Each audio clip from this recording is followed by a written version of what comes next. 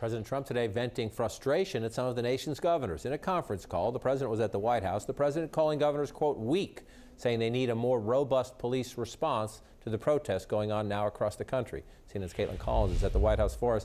Caitlin, he says the governors should dominate. He calls them weak. What more do we know about this call? Yeah, and he said that Minnesota turned into the laughingstock of the world for how officers there handled those several nights of protest and riots that we saw breaking out, John. This is a really remarkable call, and CNN has obtained the audio. It's a call the president just had with governors, with law enforcement officials, with national security officials, and he was on this call and he chose to start it by lashing out at these governors, telling them that most of them have been weak and that they need to start cracking down on the protesters who are turning violent in the streets of their cities. He says it is making the United States the laughingstock of the world. Listen to this really remarkable audio that CNN has obtained. What happened in the state of Minnesota, they were a laughingstock all over the world. They took over the police department. The police were running down the street, sirens blazing, the rest of them running. It was on camera. And then they wiped out. You probably have to build a new one, but I've never seen anything like it. And the whole world was laughing. 3 days later, I spoke to the governor. The governor is, I think, on the call, and he's the next one died. And all of a sudden, and I said, you got to use the National Guard to take numbers. They did it first, and they did. And I'll tell you that, I don't know what it was. It was, Governor, it was the third night, fourth night. Those guys walked through that stuff like it was butter. They walked right through, and you haven't had any problems since. I mean, they don't. They're not going to go there now. They'll go to some other place. But once you called out and you dominated, you took the worst place, and you made it. They didn't even cover it last night because there was so little action. Because you dominated. You dominated. Now, what happened to New York, I have to tell you, I live in Manhattan. What's going on in Manhattan, I have no idea. New York's finest, they got to be allowed maybe to do their job. I don't know what's happening in Manhattan, but it's terrible. And because it's New York, because it's Manhattan, it gets a lot of press. So they really spend a lot of time on it. But New York has got to have to toughen up. And we'll send you National Guard if you want. You have the largest police force in the country, 40,000 people, I understand. But what's going on in New York is terrible. It's terrible. Of all the places.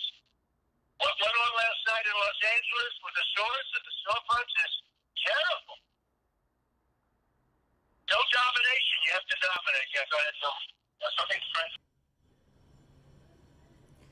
And he says there at the end, John, that they have to dominate and start imprisoning some of these protesters who are turning violent. He said otherwise they are going to look like jerks.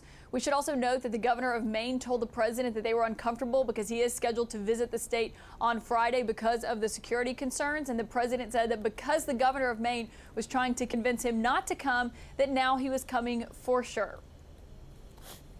The black and white from the president, law and order, dominate, dominate, you're weak if you don't. That's the president's message today, pretty clear. A much more nuanced message from the former president of the United States, Barack Obama, publishing this post on Medium. It's very detailed, it's very nuanced. He gets in, you see here, let's not excuse violence or rationalize it or participate in it. If we want our criminal justice system and American society at large to operate on a higher ethical code, then we need to model that code ourselves, the former president saying. If we want to bring about real change, then the choice isn't between protest and politics. We have to do both. We have to mobilize, to raise awareness, and we have to organize and cast our ballots to make sure that we elect candidates who will act on reform. I didn't listen to the entire call with the current president of the United States, so I want to be careful, but a very different approach here in tone. President Obama saying, please stop destroying things to the protesters and the demonstrators, but telling them to keep out there demanding change and reform. Yeah, this is the second statement that former President Obama has issued. He first issued one about 3 days ago. This one is much longer, and it's basically telling these protesters what to do moving forward, telling them to organize, telling them to mobilize and start voting as a way to respond to, of course, the death of George Floyd. And it's really notable hearing him speak out like this with this statement, because this comes as there is a serious internal debate, John, happening inside the White House over what the president should do next. Some people say they have not heard from him enough. He did address this after that space launch on Saturday. I was with him down in Florida, but he has not had an address dedicated solely to the death of George Floyd and the protests that we have seen breaking out across the country and the rioting as well. Instead, those messages have mainly come from tweets in addition to what he said on Saturday. And so the question is right now internally, should he do some kind of Oval Office address? Should he do a Rose Garden address? Should he just do something to speak? And there are some people advocating for it. He's hesitant, though, because of his last Oval Office address on coronavirus was widely criticized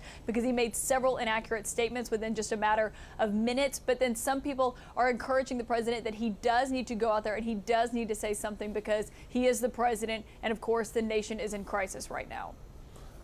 The nation dealing with two crises right now. The President of the United States will choose his path. Caitlin Collins from the White House, thank you so much. We're also hearing from the presumptive Democratic nominee today as well, Joe Biden, the former vice president, calling for unity. This at a meeting with community leaders in Wilmington, Delaware. CNN's Arlette Saenz is there covering this for us. Arlette, what was the message from the former vice president? Well, John, Joe Biden spent the morning at Bethel AME Church here in Wilmington, Delaware, meeting with those community leaders. And he really spent a big portion of that morning just sitting there listening for about an hour, listening to these leaders' concerns when it comes to the issue of systemic racism, including the economic and also the health hardships that so many African Americans face in this country. And after he sat there for an hour listening, Joe Biden stood up in the middle of the church, pulled down his mask, and talked about some of the changes that he thinks need to be made. He says there needs to be changes to the way that police are trained as well as to the culture. He also talked a lot about the economic impact that so many African Americans have faced, particularly during the coronavirus pandemic as well. And he says that if he were president, as part of the economic recovery, he would focus on fixing some of those institutional problems that exist. Now, Biden also talked about the larger need for unity, and that's a message that he's been stressing from the start of his campaign. Take a listen to what he had to say. Everybody is afraid and everybody's angry. And the first thing we have to do is bring people together. It sounds corny, we got to bring them together. You may recall from the time I announced, I said I wanted to unite the country. Everybody's saying he's just naive. Well, let me tell you something. If you don't unite the country, and everything is done by executive order, that's called abuse of power. Now, Biden also said that he will be releasing some economic proposals relating to housing and economic opportunities in the coming week, as well as delivering some speeches over the course of the next few weeks. Now, in that meeting, Biden was also pressed on whether he will select a black woman as his running mate. Biden would not commit to that, only saying that he is considering multiple black women as a possible vice presidential pick. And later today, in just a short while, Biden will actually be holding a virtual roundtable with the mayors of Atlanta, Los Angeles, Chicago, and St. Paul, Minnesota, all of those cities seeing those protests over the weekend.